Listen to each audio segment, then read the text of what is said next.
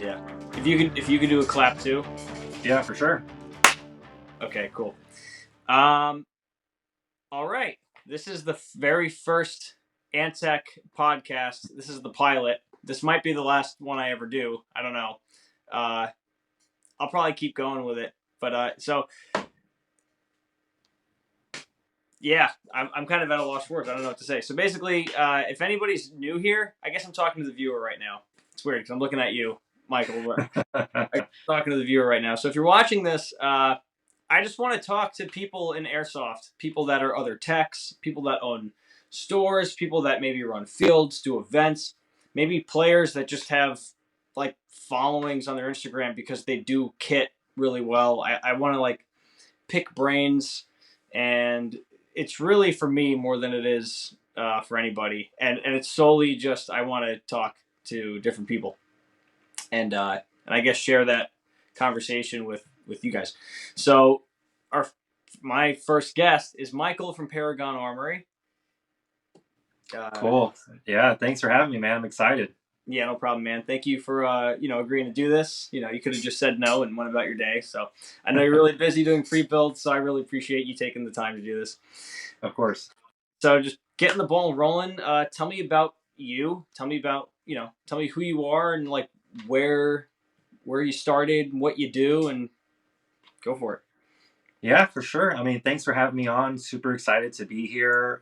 This is actually my first podcast or anything in front of the camera, I would say. So forgive me if I'm a little camera shy, but my name is Michael. I'm the owner operator of Paragon Armory. Excuse me. It's owned, operated. Everything is just by me. I don't have a team of guys. It's just one dude, and that one dude is me. It all stemmed from a deep passion for airsoft, which I embarked on the journey, I want to say in like 2012, 2013. So just approaching a decade now. But as far as like the business side goes, I've never really um, sold any services or parts or anything like that. It was all just teching on friends' guns and making their stuff better, because the worst feeling was going out with your group of buddies and then their guns all go down. They're all disappointed because they weren't able to play that day, and then you're the only one with like a souped up gun. They're all like, "Oh man, I wish I had a gun like that." Um, so I guess you could say the journey started with just souping up friends' guns and kind of going from there, and learning as much as I could from anyone that I could, whether that was airsoft forums, YouTube, Facebook groups, and just people in the community, just learning and absorbing as much as I could. Yeah, that's pretty solid. I mean, I think you're speaking for a lot of techs when when you bring up how you started your teching for friends guns and where you went to learn how to tech. A lot of players ask me now, like, where did you learn how to tech? Where can I learn how to tech? And I'm just like, internet, man. There's forums, and yeah, I mean, you're definitely one of the I I guess not OG techs because we're not like OG techs. I mean, there's OG techs before us. From like the 90s and early 2000s. Yeah. Yeah. Yeah, but definitely like you've been down the same rabbit holes that uh, myself and others of who I speak to have been down, and that's kind of gotten you. Well, it's definitely gotten you where you're at as far as now you're offering this to other people. So that's really cool. So more on that, I want to ask about like what is Paragon Armory? How would you sum up your company to anybody who wouldn't know, anybody who hasn't heard of you before? Yeah, for sure. I mean, with my personal interests in airsoft in general, is I'm very involved in the Milsim crowd, and people assume that I only cater to Milsim, which isn't true, though. A lot of the majority of my work is for Milsim and cater towards that crowd. I can definitely do the high speed stuff, but I noticed that there was a gap or an opportunity in the current market to cater towards this crowd. Um, and me as a consumer for all these years was always left wanting more from these big retail companies in terms of like whether it was like customer service or whether it was better pricing or just a selection of products. So what I aimed to do was to provide knowledgeable and unbiased advice, provide everything at a very, very competitive cost, stock things that are difficult to find, um, and that are actually extremely sought after, and just providing like a premium shopping experience where it's just like no matter what you purchase on the site or anything that you get from me, you know is going to be a quality product because I've vetted it myself. Um, so yeah, I guess just to summarize all of that, it's just a premium one-stop shop for anything airsoft. Yeah, dude. I think that's a pretty solid summary. I mean, when I first went on your website, the first thing I noticed was that your selection was like it was a in fact a vetted selection. I mean, between the airsoft artisan kits that you had for MCXs and like the different accessories that you had for guns, and even your part selection being a very narrow, but narrow is not like narrow sounds negative, but it's not, man, because there's a Yeah, lot of shit. There's a lot of really bad parts yeah, that exist for airsoft. So if you find a website like yours, and there's a couple types of motors, it's because you only need a couple types of really good motors. So seeing the right. selection that you had, I instantly knew that you knew your shit, basically. And you're allowed to curse too, by the way, if you want to. You don't have to, because All I'm right, cool. throwing f bombs all over the place. Yeah, Uh, yeah, man, I and definitely Milsim is the word to describe what you're doing. Even down to your pre-build list. I mean, you go for that semi-auto response, good compression, good range, like field gun. It's definitely not a bunch of HPA guns and DSGs, and there's nothing wrong with that. But like you said, there's that gap, and I feel like you fit perfectly there. And that gap is something that I've pondered about a lot. And seeing you go in there, I feel like you're the right guy doing it. thank you. Appreciate that. Yeah, man, no problem. I've had interest in doing something similar, but I'm just not a retail guy. It's just it's just totally not my thing. I've worked retail No. jobs and I hate it. So It's not for everyone, that's for sure. yeah, order fulfillment's like a real thing. You get volume. Yeah, It's a real thing. You're constantly checking that shit, and it's yeah, hard. It's hard to do that and also delegate your time to just building quality products, because that takes a lot of time too, and a lot of people don't understand that.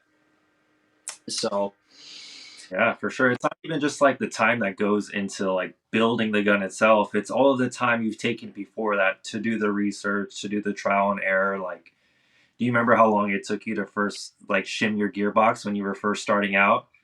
yeah, Probably took you hours, right? It took me hours, I know for a fact. technically days. You'd spend hours, try it, like shit, and then you just go That back out would the next day, try it again. Right, right. Back when like I didn't know anything, like I would put it all together, shim it, and then be like the next day, oh, you know what? Like, what if I raise or lower it by 0.1 millimeter and see if it makes a difference? So Were you one that like?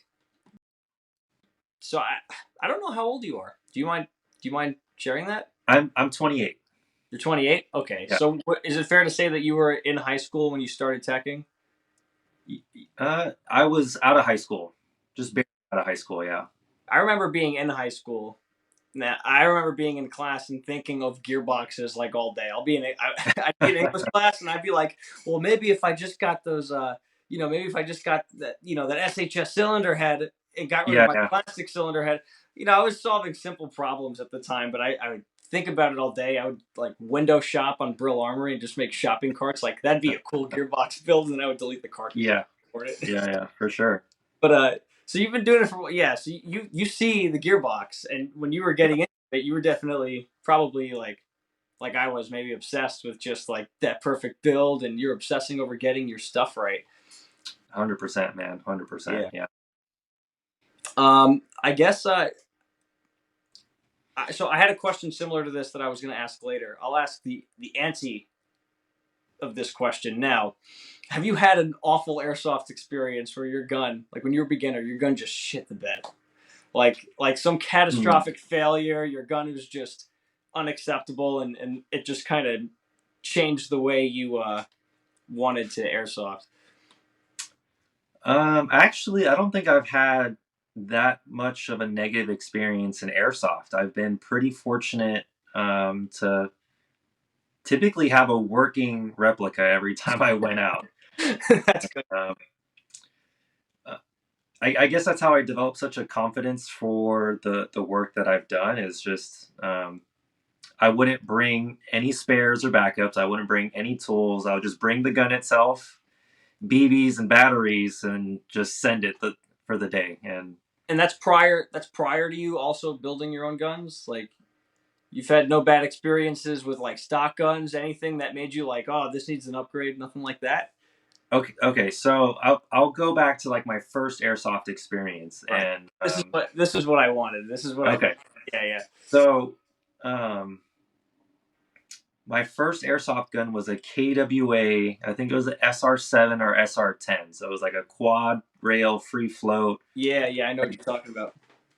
Back in the day when I didn't know anything and I was just getting into it, I didn't even know if I liked airsoft when I first bought this gun. By the way, my buddy at work was just like, "Hey, like, come out, come play airsoft," and I was like, "Yeah, sure, sounds fun." So he took me to Airsoft Extreme, I think over in Santa Clara, and they had this KWA in stock. And I don't know why I bought KWA. I think somebody said that the internals are pretty decent, and you don't have to do much work out of the box, and blah blah blah blah.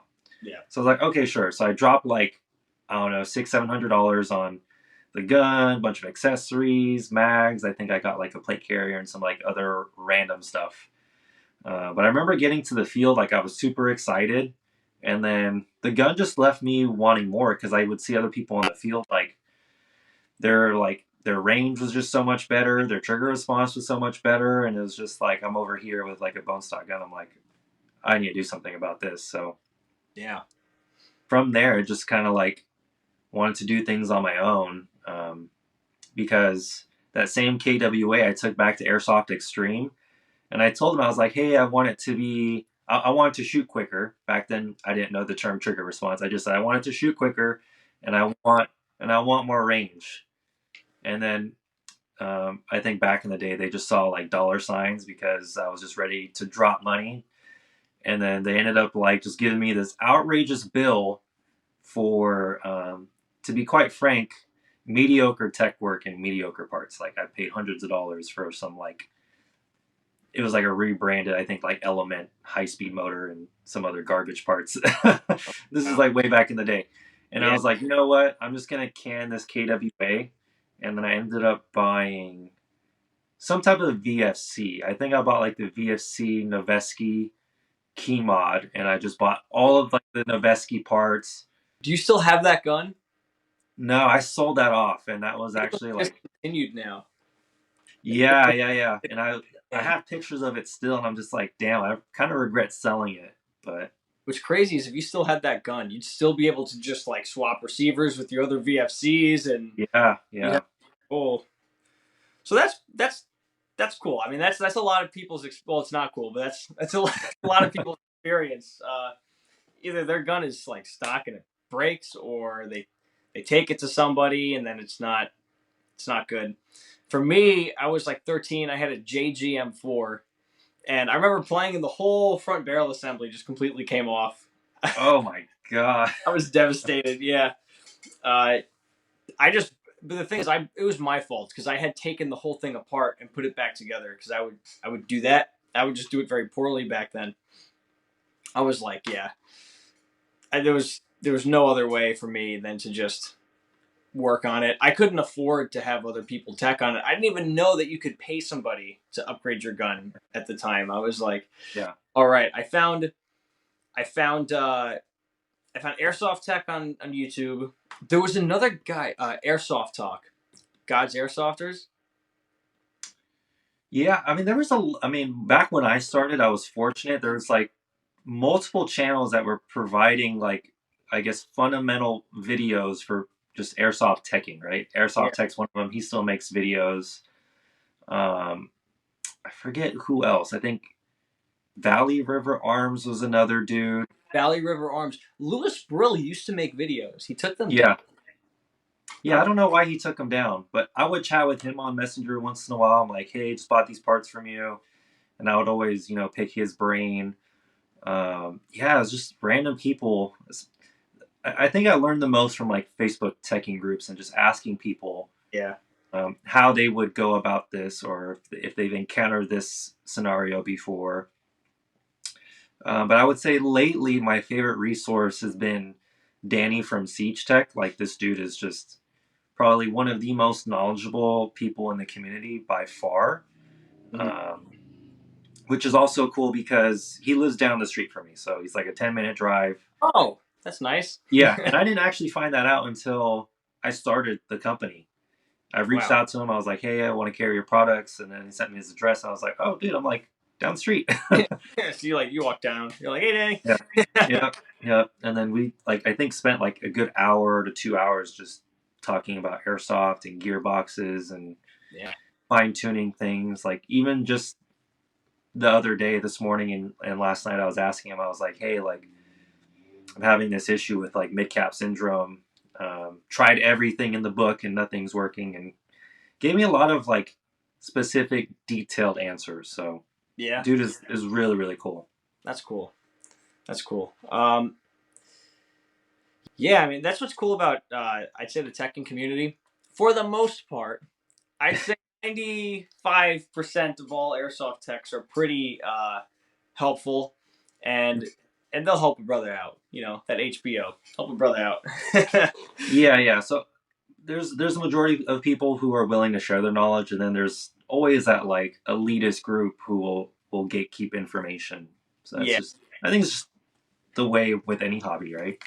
yeah. I mean I understand people getting busy. I personally get too busy to really answer questions for people, but what's nice about getting certain questions now is that there are Facebook groups like Airsoft Tech Q&A, and there are YouTube channels like the Airsoft Tech and Legacy and Valley River and Yeah.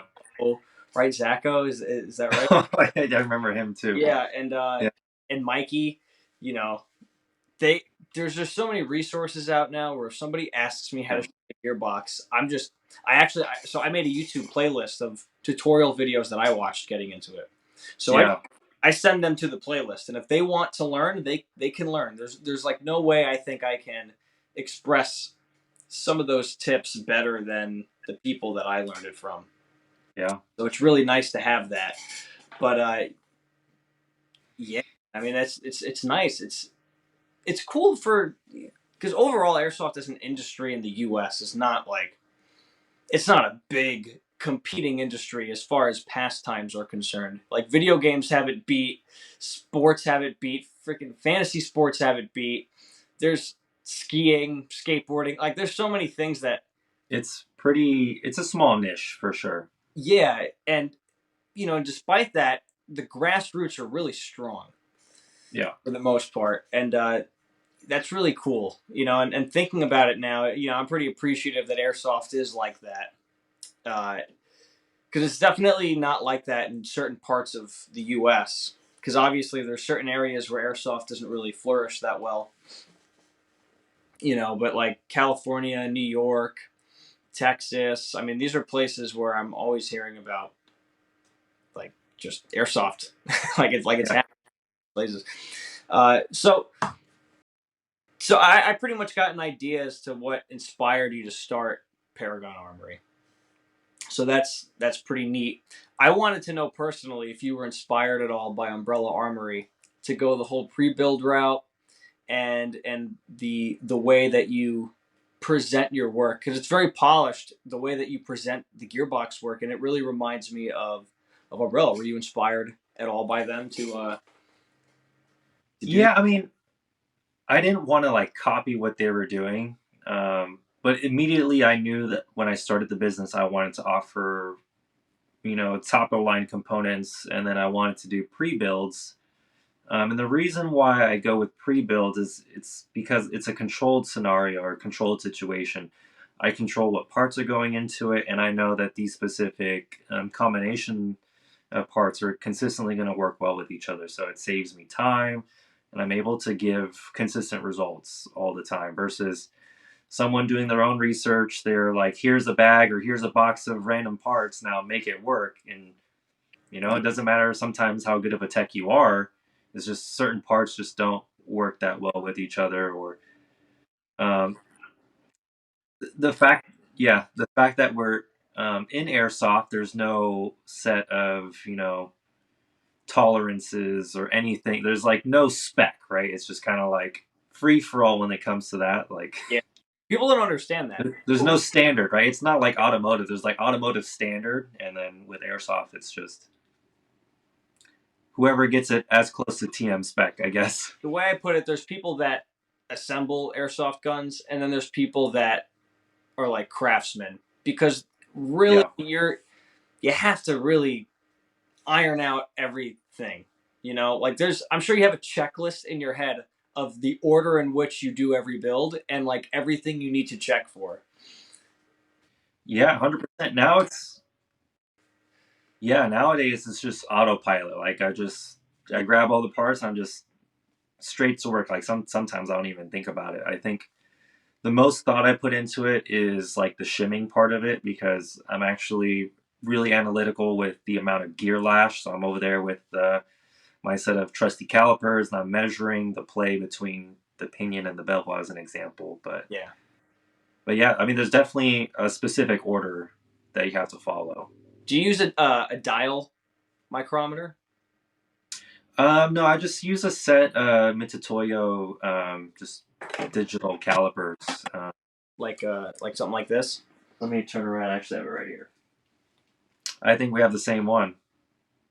Do we? Mine's I think yours might be nicer. Mine's made by Pittsburgh. Okay. Yeah. Yeah, so this is a very important tool if you're going to be teching. It's always good to know exact measurements, and this is very, very accurate. Yeah. But there's a built-in depth gauge Right. right down here, and that's what I use to measure gear lash. So pretty neat tool. Gotcha. Describe gear lash. What do you mean? Gear lash is like the space between the meshing surface or the contact surface of the teeth. Right, like that. Right. Oh. Oh. See, you know what? I never paid too much mind myself, but I have seen in the past. So, okay, the only time I pay attention to that is sector gear to piston, because that can get super wonky. I I normally trust the gear set I get, but you're telling me that you're checking the lash between the gears. That's super neat. Now, have you found this to be? I guess if you find that it's off, what do you do about it? Is it typically too tight and you have to lap the contact surface? I've actually never encountered it. Most teeth are really consistent with the brands that I use, like SeachTech gears. I want to say I use the most of, because I've never personally broken a set. Now I know there's going to be people out there who'd be like, "Oh, I've broken a set, so you must not be doing it right or putting it through enough stress." If you're breaking siege text, you're not doing it right. Yeah, I would say like 98% is user error when it comes to that, because I will say with siege text in specific, it's less forgiving if you don't install them correctly. Yeah. Uh, Yeah, because they are so hard. That's the thing. It's Very, very hard. Yeah. more likely to break the rest of your gun than it is for them to break themselves. Right. Right. They're really hard metal. It's like what transaxles are treated with, right? In cars. That I don't know, but I know he Like, case hardens them. He doesn't yeah, tell me the exact hardness because he says it's a trade secret. So I'm like, okay, I trust them, because yeah. Danny from Siege Tech, he designs trank, tank transmissions for a living. So I'm like, if he designs transmissions, I'm sure he could design A couple of them. gears for airsoft. So Yeah. take his word on that. But real quick, I know we kind of like veered off topic. I know your question was around Umbrella Armory and the gearboxes and all that kind of stuff. Yeah, I would say I took inspiration from it, but I wanted to offer something different at a competitive price, because I know they offer like the super high speed stuff, And some of like their part choice I didn't really agree with. Their design philosophy with like the gear ratios that they use or the motors that they use, I didn't really necessarily agree with. I felt like for what my personal goals are in an airsoft gun, I want it to be number one. I need it to shoot every single time I pull the trigger. Like I need it to be reliable. Mm-hmm. I want it to be responsive because at least in California, a lot of the fields are going to semi-auto only.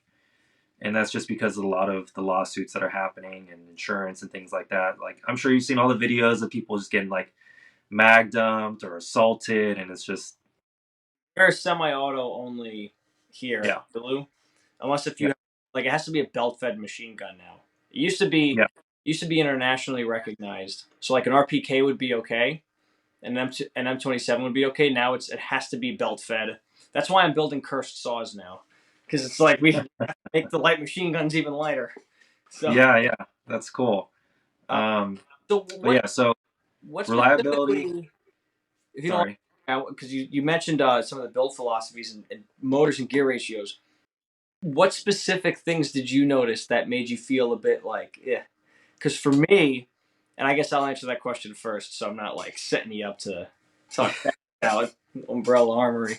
So I, Yeah, I don't like the whole 45K motor situation. Like running that with 1801s, I get that no. you can achieve that rate of fire with that, but to me, it's just seemed like a way for them to just keep the stock Crytek gears in some of their builds, because their Crytek Yeah, would keep the gears. If there was a DSG, they just swapped out the sector, and if it wasn't, then they just used the 45K motor, and yeah, they retained the self shimming spring, which that is sacrilege. You can't do that. So yeah, yeah.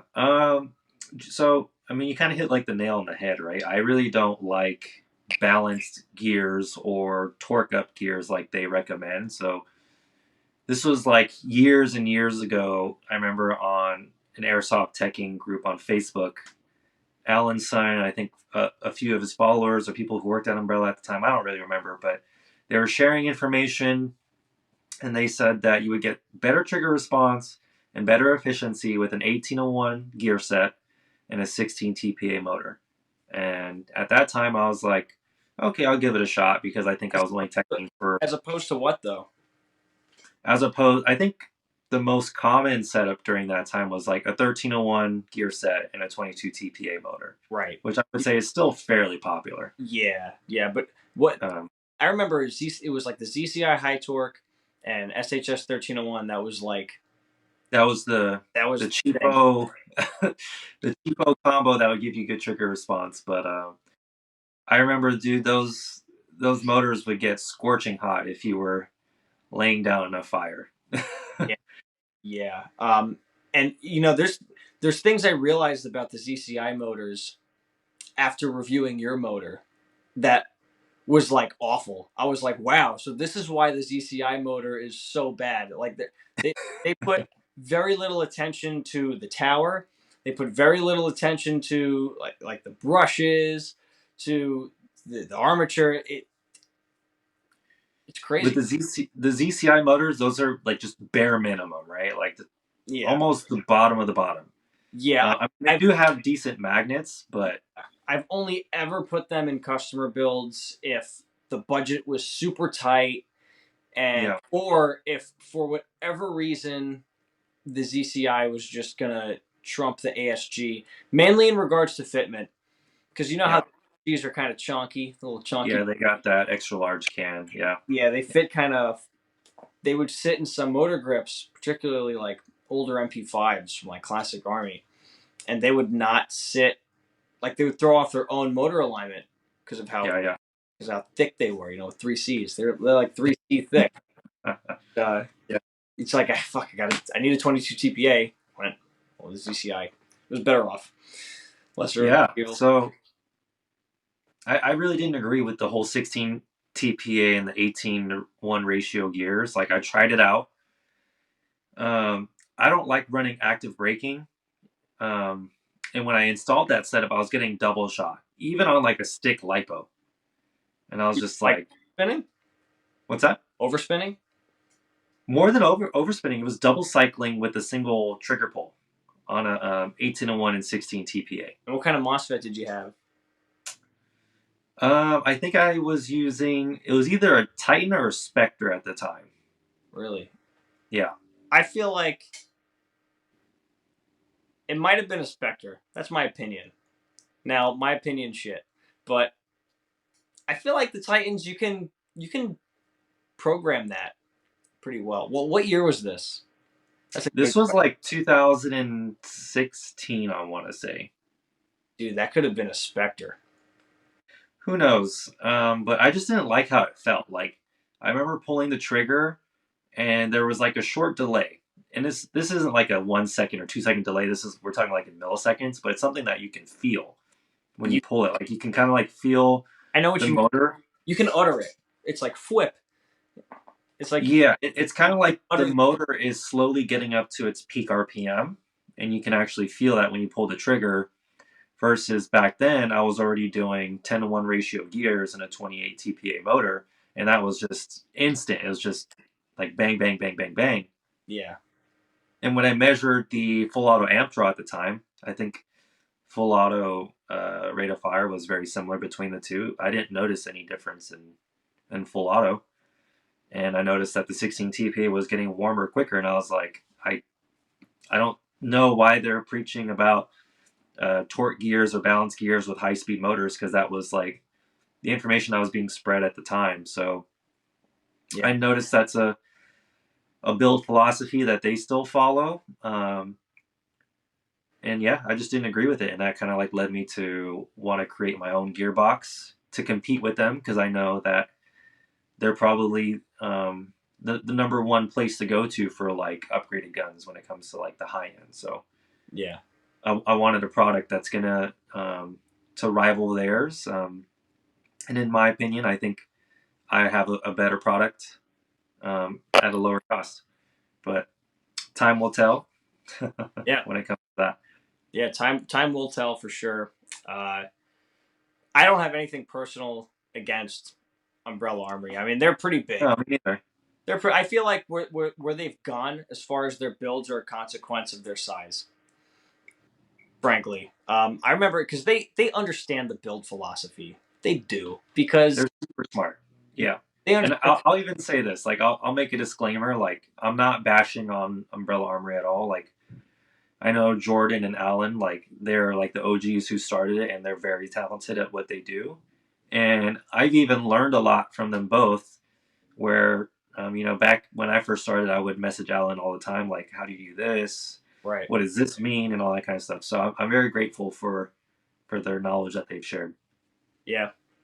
I think that's I think that's a good place to leave Umbrella Armory right now. But yeah. I mean, it just is what it is, man. Like it is what it is. I think the good thing is that all these different companies do exist because to me, being a tech myself, I can understand feeling like other local techs could be possibly stomping on my feet or eating or whatever. Uh, but to me, it's like there's really more than enough work to go around. There's more than enough customers to go around, and I think that there's place to there's room. I don't think airsoft's at a point where it's like one or the other as far as existence goes. Like I think the actual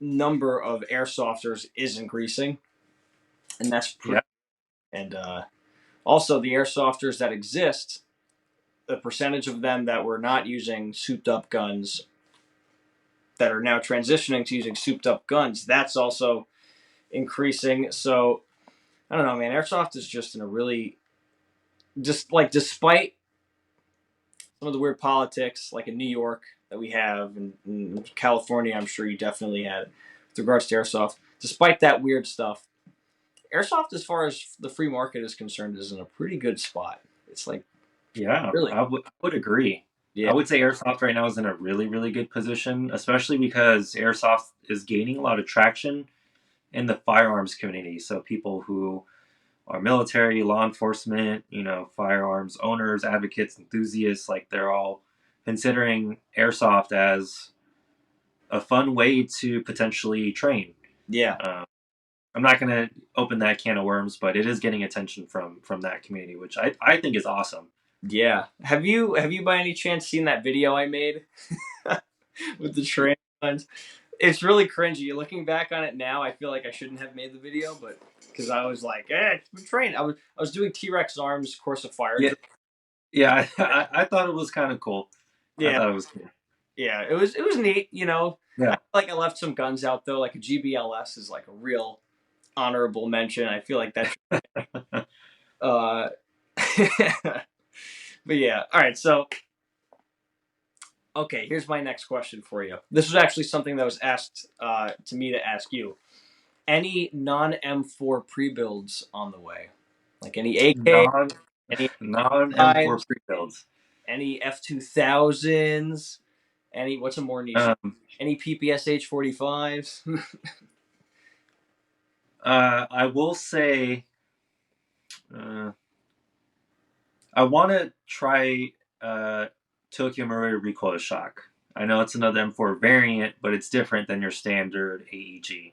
Mm-hmm. I think that would be a potential option, and I know there's not a whole lot of techs that do work on NGRS in the States. I know Sam Liggett over at KOA or Kingdom of Airsoft is like the guy, but who wants to spend like hundreds of dollars just on shipping to get their gun worked on? I have a buddy who has a gun from them, and it's a solid gun. But yeah, I mean, just the entry cost of a TM recoil is a lot to then. Yeah, it'll be pricey, and I don't know how much of a desire or a market there is for that. So that's a potential option.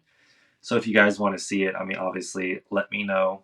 Leave some comments or reach out via Instagram so that can get bumped up on the list. I definitely want to take a look at AKs. I think the V3 platform is also neglected a little bit when it comes to airsoft teching. It's kind of like that stepchild that not a lot of people look at.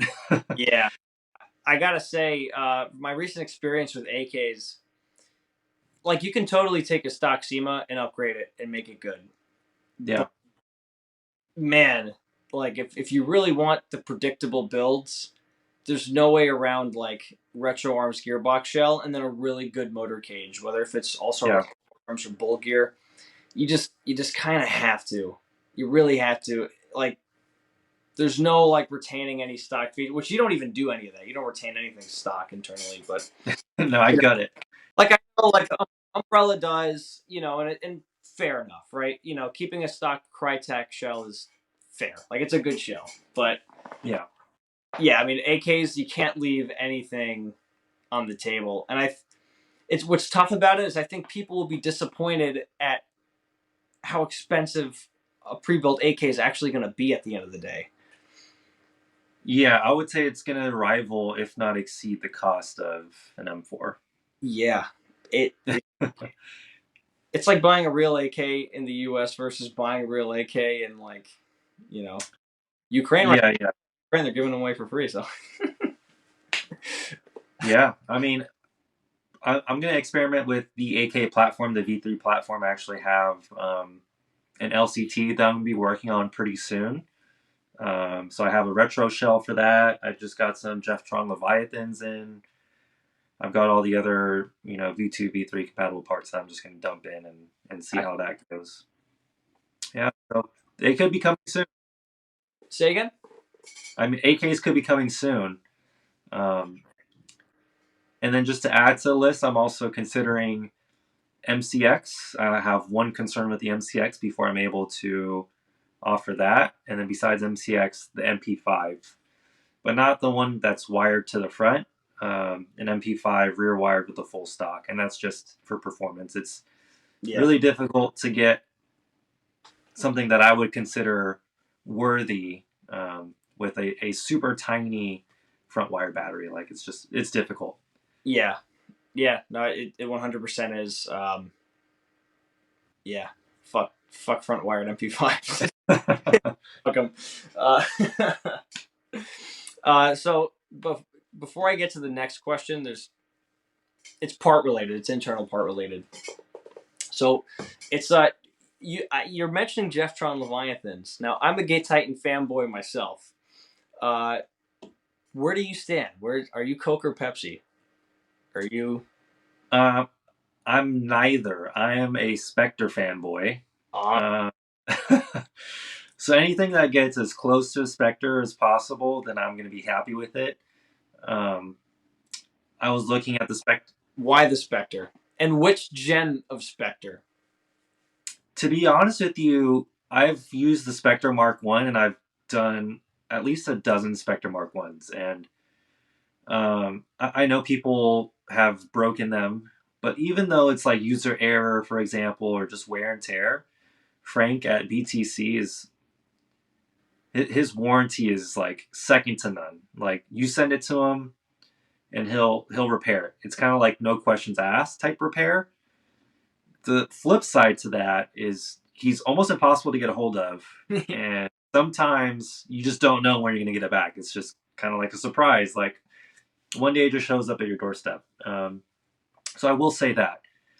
Now, I've been speaking with a lot of people who have tested a lot of different MOSFETs from BTC Spectre to Gate Titan to T238 to Perun to Jeftron.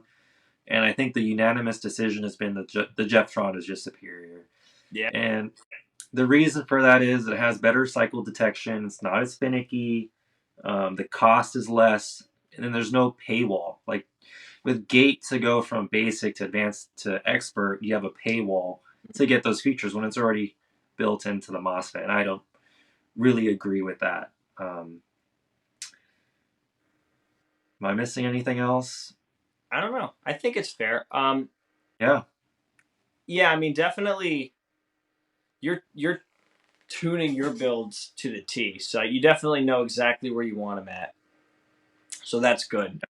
I will say this about the Leviathan. There's two things that I dislike. First thing is that they use a physical inline fuse. I feel like they should just delete that and just run with electronic fuse. I think nowadays, if somebody's installing a high-end MOSFET like that, like we're not gonna goober the build up and destroy it with something that's gonna mess up the MOSFET. So I don't think a physical fuse is necessary. It's just added bulk, Yeah. added resistance. And number two, the triggers. It's I think a proprietary trigger. I don't. I think you can use a standard M4 trigger, and people can correct me if I'm wrong. I don't think you. But I don't think you can. I think it's just their trigger that you can use. Yeah. And I get it that they include a trigger. It's just I guess it's just more tricky to keep that kind of stuff in stock from like a retail aspect, like Right. having MOSFETs with different triggers in them. Yeah. Yeah, for sure. I personally have no experience. Okay, this is where I'm biased. The only Jeftron that I've messed with was one I was taking out of a gun because it got damaged in the rain. I have no like thing against Jeftron for that. It's just it got fucked up in the rain. I Yeah. I used I use Titans 99% of the time, and they I have seen them get damaged in the rain as well. They do get damaged. People, Electronics, right? It's gonna yeah, happen. and the optical sensors too get dirty, which is something you don't have to worry about with some other MOSFETs. So, like, I understand the weaknesses of what I'm running. I do just run the basic because you get the features you really need for like just a semi-response build with the basic, and True. but if you want to program each selector position just to do that, yeah, you got to go to advanced. It's a bit Yeah. they have brushless support now, which seems kind of neat. That's awesome. Yeah, I don't know what that's like though. I haven't tried it yet. I last Titan I paired with the Warhead, I had some really weird tappet timing issues as a result of the motor not like the active braking was not They weren't like there was a language barrier between the motor and the MOSFET, and it caused some. It was really weird. The FPS was very inconsistent because of tappet timing, because of when the gears were stopping. It was a very weird thing. Yeah, and I think that's prevalent on the brushless motors, which is why I fully haven't switched over to brushless. Like, I acknowledge wholeheartedly that brushless is the future. It's, I think, a superior technology. Is it superior right now? It's hard to say, and let me explain my reasoning for that. So, for let's say, like for example, for a warhead motor, Mm. um, for a black warhead, you're paying about 150, 120 for a base. Now that's nearly double or more than double than a high-end brush motor. Are you getting 2 times the performance? It depends. On full auto, you are saving a few amps. I think I observed maybe 2 to 3 amps savings in full auto. So if you're a full auto guy, then you're probably not going to notice a difference. And brushless still gets warm, guys. It's not going to stay cold. Yes, yeah, they It do. still gets warm. They still get. um, and one thing I noticed with the Warhead brushless is there's also that noticeable delay from when you pull the trigger and then the gun cycles. Right. And I'm not the only one that's observed this. It's just something weird happening with the Warhead ESCs and like the controls and all that kind of stuff. So um, there's some growing to do in that aspect. Now, the benefits of a brushless are um, there's not really anything to maintain. There's no brushes that you need to replace, and it doesn't wear out as much or as quickly. And the semi-auto efficiency is drastically better.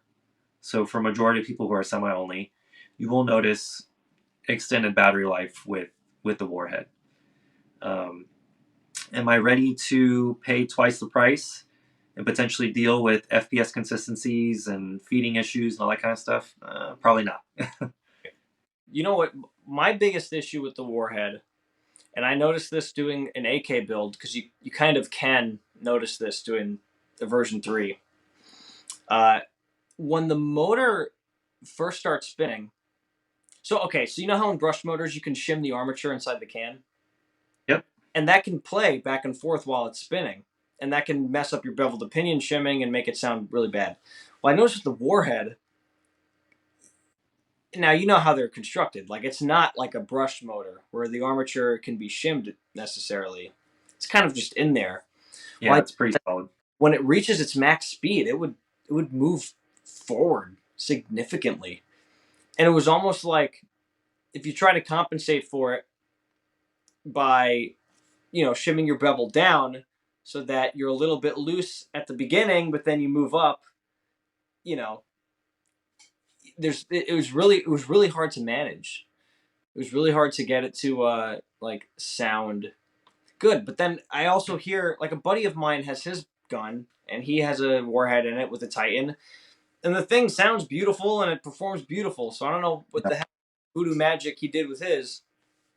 Uh, Yeah, I mean, I haven't spent enough time with brushless to be able to say like what the exact measurement would be for proper gear contact and sound. mhm. Um, but that's interesting that you bring that up. I haven't really noticed that. I've installed a couple warheads, but I prefer to stay away just because it's a lot of money for it to be super finicky. You know. Yeah, yeah. Like I have an MCX build coming up, and gonna put a warhead in that. Warhead gives me problems. I'm just gonna put a Paragon motor in there. Call it a day. So Yeah, and guys, I'm not trying to like bash on warhead or anything like that. I sell warhead motors. I actually have one over here. So this is I think the standard, yeah, the standard speed. I don't know what I want to put this in yet. I will say I changed a couple things. I changed the tower out because for $150 it only has a single bearing tower, and that blows my mind that it's only a single bearing tower. So I swapped it out for one of my dual bearing towers, and then I swapped the pinion for an SHS or rocket airsoft type heat treated MIM pinion.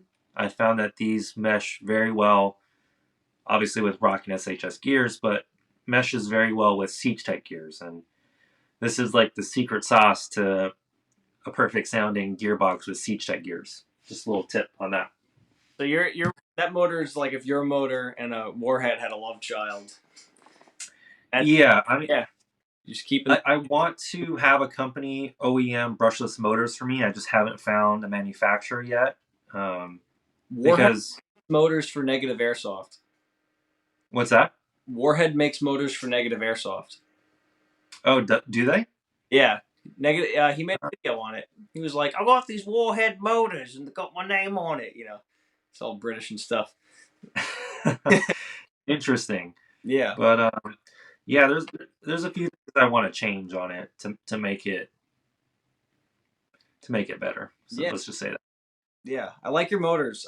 This is a perfect segue into the question because you make motors. You have your own Paragon Armory motors. Are there going to be other Paragon Armory parts like Paragon Armory gears, Paragon Armory pistons, Paragon Armory O-rings? I don't know.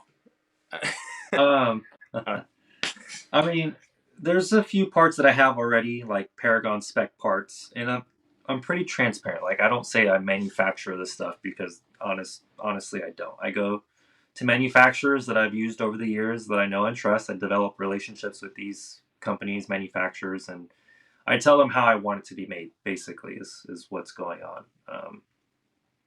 So I have motors, bearings, barrels. I think that's it right now. Yeah, I like using EDGI barrels. I think that's pretty. That's pretty. Yeah, yeah. That's pretty. They're top notch, and I actually have a new spec EDGI barrel coming out this weekend. So you guys can head over to the website. By the time this video pops up, it'll probably be live on the website. So if you guys want to learn more, head on over. But when it comes to other parts, there are other parts that I want made. I'm working with a company right now to potentially have some custom spec parts made in terms of compression.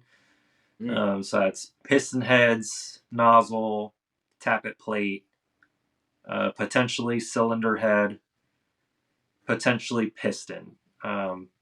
My goal for a piston is to have a company manufacture the body for me, and I want Danny over at AntTech to make the rack gear. Oh, okay. And the reason for that is I want to match the rack gear to the actual gear set, so that way there's minimal wear. And I've noticed that when using AntTech gears, if there's a piston rack gear that's really soft, then it's just going to get ate up by the AntTech gears. It's just the difference in hardness is too great. Considered 3D printing or getting into that? And I So mean like FDM printing pistons. I mean like there's some really good printers that like laser sinter whatever filament. It's filament technically. It's not like a spool though. It's like It's like a paste, and it basically lasers it on, and then hardens it, and it has. I've thought about it, and I've been working with Airsoft Mutation for a good amount of time now. I think it's been a year since I've linked up with them, and they've been a great partner to me, and I want to support them as much as I can. So when it comes to pistons and 3D printed pistons, I'm probably going to be rocking their new Jaeger piston. So Okay. very excited to see how those turn out. I know there's been significant changes from their original design, which was the Mark One. I still have a few of those laying around in a few builds, and they're still going strong. So if it's better than their previous generation, then I'm confident it'll be a pretty good piston. But yeah, really excited to that. Nice.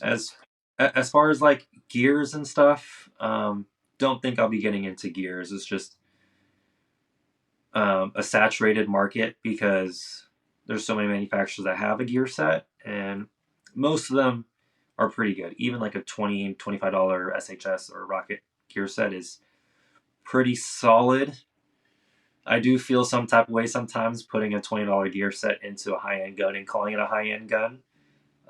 Yeah. Just because it is sometimes a lottery, right? Like even if you install them perfectly, the gears just fail because of quality control or lack thereof. But Yeah, it's from the tech's end, it's like high risk, high reward. I mean, I'm winning that bet so far. So as far as that gamble goes, I haven't had like SHS gears come back broken. I will say this: I've installed dozens of SHS and rocket gears, and I'm going to knock on wood that I've actually had no gear sets break on me. Yeah. The only issue I've had with a couple of SHS gears were specifically with the 12-to-1 ratio for some reason, and the gears were warped, like they weren't pressed on properly. So like the bottom of the spur and then the top of the spur were like not perfectly parallel. Like one was like tilted up Right. for some. Yeah. I've seen that. When that happens, I just scrap the gear. Like, Yeah. I feel like good quality control and inspection before you just start, like, having your way with the gearbox, it goes a long way. Yeah. Long way. Uh, so, on to other things I want to know, if you'll. Yeah. Are you going to get into any gear? Because I see that you have pack boxes. I see that you're definitely like still super Milsim. Do you think you're going to be doing anything on the front of night vision, or I guess just any gear, any support accessories to go with your guns or anything like that? That's actually something that I wanted to dive into in the future. I don't have any immediate plans for it, but I think gear and just merch in general would be uh, something that I'm going to look at. So if you guys have any ideas or suggestions, feel free to let me know. Um, I think that'd be really cool. Yeah, that'd be cool. I think so. I really like seeing independent guys get into gear because when there's Cry, there's Spiritus, there's Haley, like there's a lot of these gear companies, and I wouldn't say that the stuff's overpriced, but it is really expensive. And at a certain point, most of the time you're just gonna use it for airsoft. It's like having the independent guys, they can kind of get some more niche things that cater more towards airsoft without going like full cringe the way Laylax did, because Laylax has their own chest rig, and I just feel like it's a little bit too airsofty. It's not Yeah, yeah. enough. Yeah. And yeah, I know there was like a cringe post and not knocking like Novrich or anything like that, but I like was scrolling through my feed or Instagram stories and somebody shared a screenshot of like the Novrich airsoft plate carrier and was like, if you buy this, I'm gonna jump off a bridge or something like that. I was like, whoa. Yeah, I mean, we definitely. I mean, us airsofters like pretending to be something we're not. So good Yeah. for the gear to emulate that. Um, so yeah, that's gear. So get gear and Milsim and everything. You definitely like Milsim. Would you say that Milsim is your favorite way of playing airsoft? I think everyone has like a different definition of milsim, and I think milsim gets a bad rap because of the people who pretend like they're some tier one operator or somebody in the military. I enjoy milsim for the experience that you get. So I attend Milsim West. Um, Basically, what Milsim West is, it's a 40-hour long event, continuous. So you need to bring equipment that's going to help you sustain the 40 hours out on the field or wherever you're staying. So that's like sleeping bag, survival gear, cold gear, wet weather gear, food, water, all this kind of stuff you need to bring with you. So it's a really immersive experience, and it's a large scale battle, and there's a lot of different scenarios and things going on, and role playing and LARPing. Yes, LARPing is the main factor for Milsim, and it just adds to the fun and the quirkiness of it. Um, so yeah, I would say I enjoy Milsim a lot, but I also enjoy the casual pickup games at my local field game pod. Um, Now I don't really play that too Milsim ish. I play it more of like a speed sim. So I am playing aggressive. I'm running around and I'm running and shooting. I'm not camping a single building or camping a single window like what most people would think Milsim is. It's just Yeah. that's not the case. Basically, you're still sliding on your hatch knee pads with the rest of them, but you're wearing a JPC when you do it. Cry and yeah, feral concepts, all that kind of stuff. Yeah. Yeah, cool, man. My perception of Milsim has just been wearing bolt cutters on my back during. I'm playing against a rental birthday party, but I have my bolt cutters just in case, because I'm Milsim. You never know. That's always You been. never you need them, right? Yeah. Nah, I'm attending my first Milsim West this weekend. The weekend of Awesome. recording this, whoever's watching this afterwards is late. But I have my whole ruck. That's why I was messing with. So I was messing with the whole helmet So up. I have a question for you. Yeah, yeah. And that's a really cool helmet. I like the scrim and the nods. Thank you. Everybody says it looks cool and not gay because I was told it's not high speed enough, and I'm like, I'm breaking up my figure Yeah. at night. No, that's good. Yeah. It's good. Thank you. So since it's your first Milsim West, are you doing an impression? I'm doing militia. So Okay. my impression is it's my first Milsim West, and I don't want to die because I'm, Okay. basically Fair enough. we're gonna be in a group of like 30 guys, and everybody in this group that's going for their first time, me included, we're gonna have to carry a potted plant with us. So my buddy spent $50 on succulents, so we have to. There's gonna be a lot of that going on. That's awesome. They play a lot of Milsim West, and So they're all about the immersions then. oh yeah, they a lot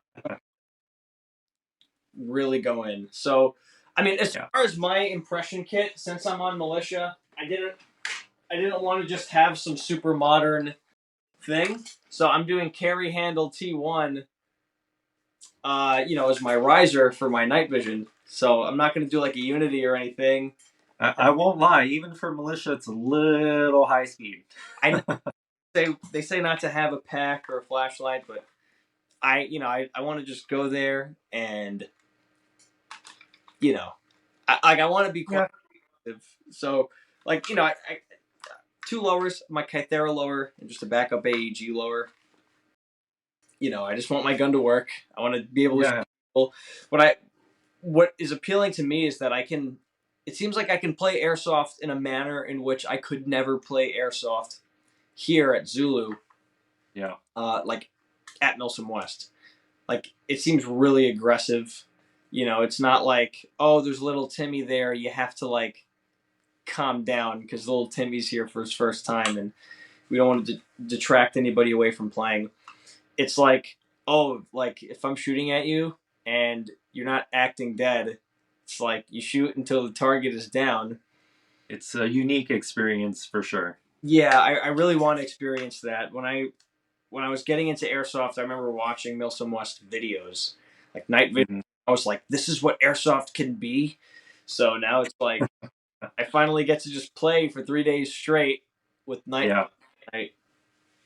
The night vision part of it alone is what makes the whole thing for me. It's just such a unique experience that if you airsoft, you need to do it at least once. And I say that for everyone. Like you need to play under night vision at least once. It's awesome. It's really awesome.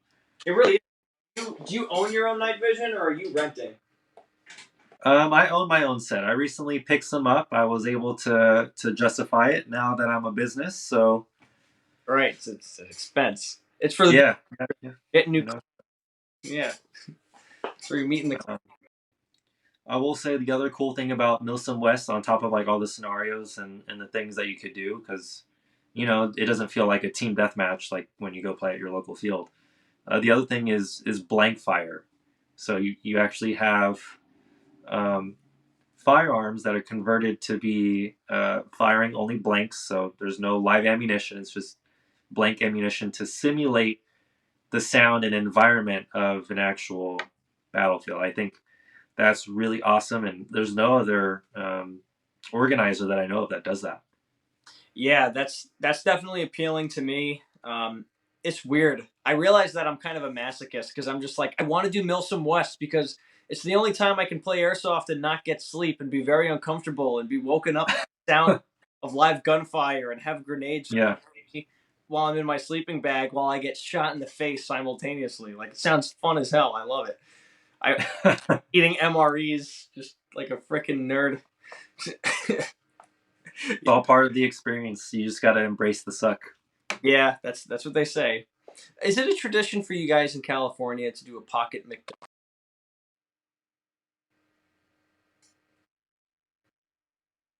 Is it a? Can you hear me? Sorry, could you repeat that? I was getting a call at the same time. That's all right. Is it a tradition for you guys in California to do a pocket McDouble? A pocket McDouble. I wonder who you heard that from. So my friends do that. They say that like when it's Saturday night, they say Saturday night's the night everybody wants to quit. That's what they say. And then they're like that pocket McDouble, man. It'll be like cold in your cargo pocket, kind of lukewarm body heat, but apparently it hits different.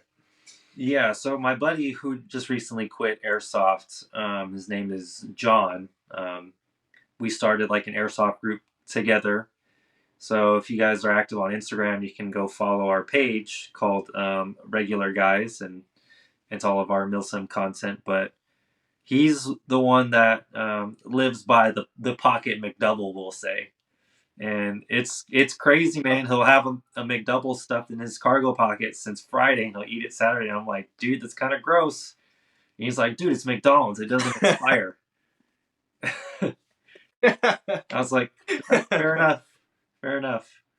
I don't know. Maybe I'll do that this year. I'm actually going to be going to Milsim West in October. I'll have the pocket McDouble. Will I eat it? We'll see. Yeah, yeah. I'll do it too. I'll report back to you and tell you my findings, and Yeah. you Let let me me know know if your you findings. get food poisoning or something or salmonella. Who knows? Yeah. If it works out, what you should do is do Paragon Armory McDoubles, and look, they don't expire, They so don't. They you don't can really expire. you can buy in bulk, pre-assembled and everything, and just kind of Pre-build McDouble. yeah. So yeah, I guess I have two more questions for you. We're gonna have to wrap it up soon. So what I asked you the ante of this question before. What's your most memorable airsoft experience? But like, positive. Most memorable airsoft experience. I mean, there's so many good times I've had in airsoft, so I don't think it's really fair to say I have just one. Um, so I'll give two. I'll cheat, and I'll have two. So my most recent one is my recent trip to Hawaii, and I was going to Hawaii just for some time off. Like, I didn't plan to do anything work related, business related, airsoft related. But I ended up linking with a friend on Instagram. His name is GBB Dude, and come to find out, he lives in Hawaii. Texted him, I was like, "Hey, dude, just landed in Hawaii."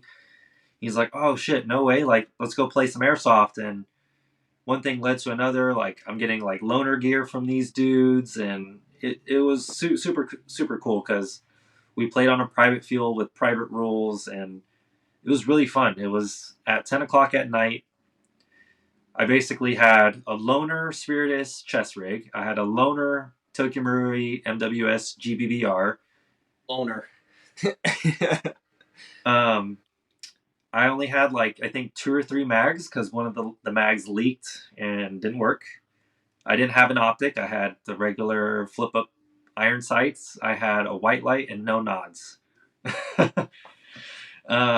But it was super fun. It's just being able to play at an AO I've never played at before, and playing with people I've just met and running some scenarios was really fun. And shooting the MWS was just a unique experience. It's hard to explain. Like, if you haven't shot a GBBR, like, I highly recommend you go try to find somebody who has one and ask them if you could shoot it. It's just really fun because you don't just randomly start shooting to suppress somebody down. You're really selecting your shots carefully because with MWS you only have 30 to 35 rounds, so Yeah. you got to be real picky. But I will say this: that MWS shot like a top, man. Like, we were shooting 4.0s out of that thing, and it was just sailing out there, sailing. And I was just beaming Yeah. people, and it was a great time. Yeah, I So want to try. I want to try one. yeah, I have one behind me right here. Everyone says to keep it primarily stock, which is what I'm going to do. I'm just going to do some minimal hop up work so I can hop a heavier BB, and that's pretty much it. Yeah, yeah, it's pretty dope, dude. We mess with GHKs a lot. We got this guy right here, Yeah, and another good one.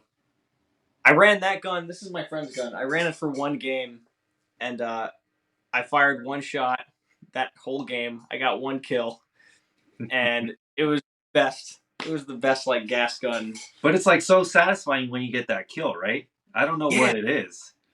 yeah, like you feel Yeah, like you're hitting yeah, right. weird. It's it's Yeah, it's a unique experience, and I still like my AEGs just because there's hard to top a high performing AEG like. But an MWS might be in my rotation more frequently than I expected, for sure. well, that's pretty neat, man. So, so you say that's probably your most memorable experience out there in Recently, Hawaii. because that just happened actually last month, so that Yeah, was really awesome. But I would say like the most memorable experience is my first Milsim West back in like 2014, I want to say. And I had just gone into Milsim, I had just gone into Impressions. So I spent all this money on Impression Kit trying to um, build a Ranger kit, US Ranger kit. Wasn't trying to act like a Ranger. The whole thing with Milsim West is you're just portraying a unit to add to the immersion. So before everyone says Stolen Valor or some shit yeah, like that, it's just yeah. it's all for the game. I'm not pretending to be a Ranger or anything like that. But Yeah. He's not getting like he's not trying to get a discount on bubblegum at the gas station. definitely not. But it was memorable because it was my first time and just experiencing Milsim, and then it was also my first time being able to use night vision and being Yeah. with a group of guys for that continuous period, just either sharing stories or supporting each other and just hanging out. Just really was such an awesome time. It felt just like a really long camping trip with your buddies, and you're just shooting airsoft guns at the same time. Like it's just a unique experience. Yeah. Yeah, I'm looking forward to doing that myself. Like it's it's gonna suck, but being in the suck together is probably it's about the friends you make along the way. 100%. I have lifelong friends now because of it. Yeah, that's awesome, dude. Um, so here's the last question. All right, now this was somebody asked me to ask this one to you. When are you visiting Zulu? Zulu. He didn't ask I'm gonna visit Zulu. He said when are you visiting Zulu? Um, Zulu I don't know. is my home field. It's where my shop's located. So So is Zulu close to New York City? about an hour away, maybe an hour and a half away, depending on where in the city you'd be. Okay, so I usually I like to visit New York City like once a year. So I'm gonna probably say maybe around spring next year. April, May is typically when I go. Yeah, So if that's the case, if there's followers or friends that I have in that area, shoot me a message so that way we can schedule a time and link up. I'll shoot you a message, dude. Hell, you can Yeah. come to the shop, show your gear here. While Yeah. stuff. I will say that we have people who come here from the city every weekend. So Cool. we have some pretty faithful players that come down, and it's a good time. I think you would really like it because this field is very much predicated on outdoor Milsim type play. Yeah, I've seen the videos and it looks like a really, really cool AO. Yeah, yeah, definitely cool. And now I'm super biased because I'm also a ref at Zulu, but like as far it's the best, man. We run the best games, we use the best words, Yeah. and Always. but we put a really high emphasis on safety. We balance the teams really well, and we just we keep the games rolling out. We're pretty creative with games and scenarios, whether if we're dragging out like a dummy, like a CPR dummy of like a person, he'll be like our down pilot. We have those bombs for bomb games. There's flag points all over the field, so we truly have like a full field conquest. That's awesome. We do some games with vehicles sometimes where like you have to occupy the premise of the vehicle to move it back and forth. It's the videos are the videos, but when you're here, you really get a good idea. You know, like, and you would be coming here likely with one of your personal guns. You'll really see where your gun will shine. You really use that range, and you really get Yeah. yeah. It's what sustained me. It's all that free advertising. Just using my guns and just outranging everybody. It's just kind of it's been great. I think Yeah. Everyone's like, whoa, what did you do? everything. Yeah. Yeah. So yeah, dude, you're more than welcome if you're ever coming down here, to visit and you want to play at a really good outdoor field, and Yeah. I'm all for it, man. I'm excited. yeah, uh, yeah. So is there anything you would like to close with? Is there any questions you might have, or any advice for airsofters, or just any last words? Yeah, I mean, I just want to share like my whole purpose with Paragon Armory, and that's just providing people with airsoft replicas that are going to meet their expectations or exceed it. I think we spoke about this before. It's just like being able to hand somebody an airsoft gun and then seeing the look on their face and the joy that they have when they finally shoot something that just works phenomenally well is just the entire reason why I do it. I love giving back. I love sharing information, things that I've learned, and I just want to be able to provide these things to as many people as I can.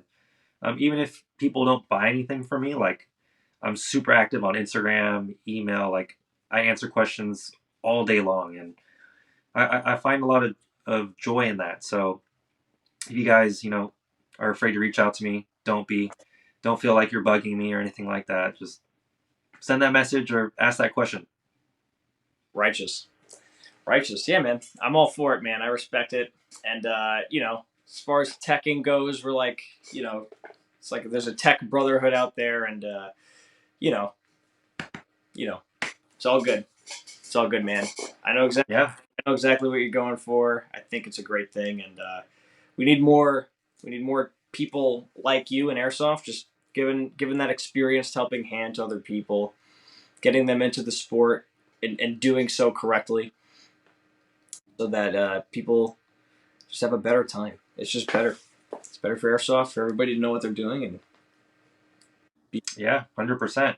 And if you're somebody who's like new to airsoft, or I would say new to teching, like don't get frustrated or upset at yourself because you're not picking things up as quickly.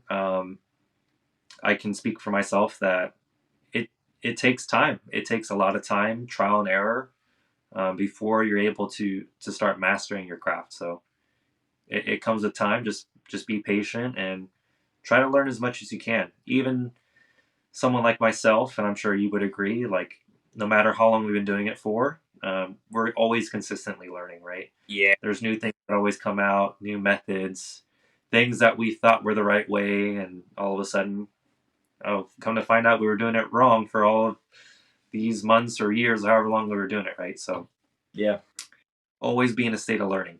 always, always. That's that's a you know what, we can leave it right there. Just always be.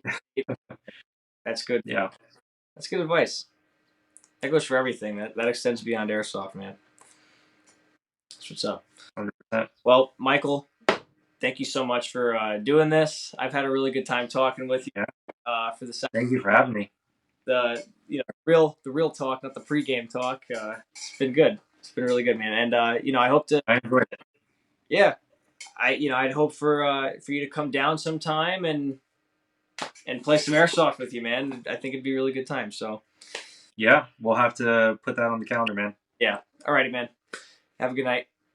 Thanks, man. All right, see ya. Take it easy.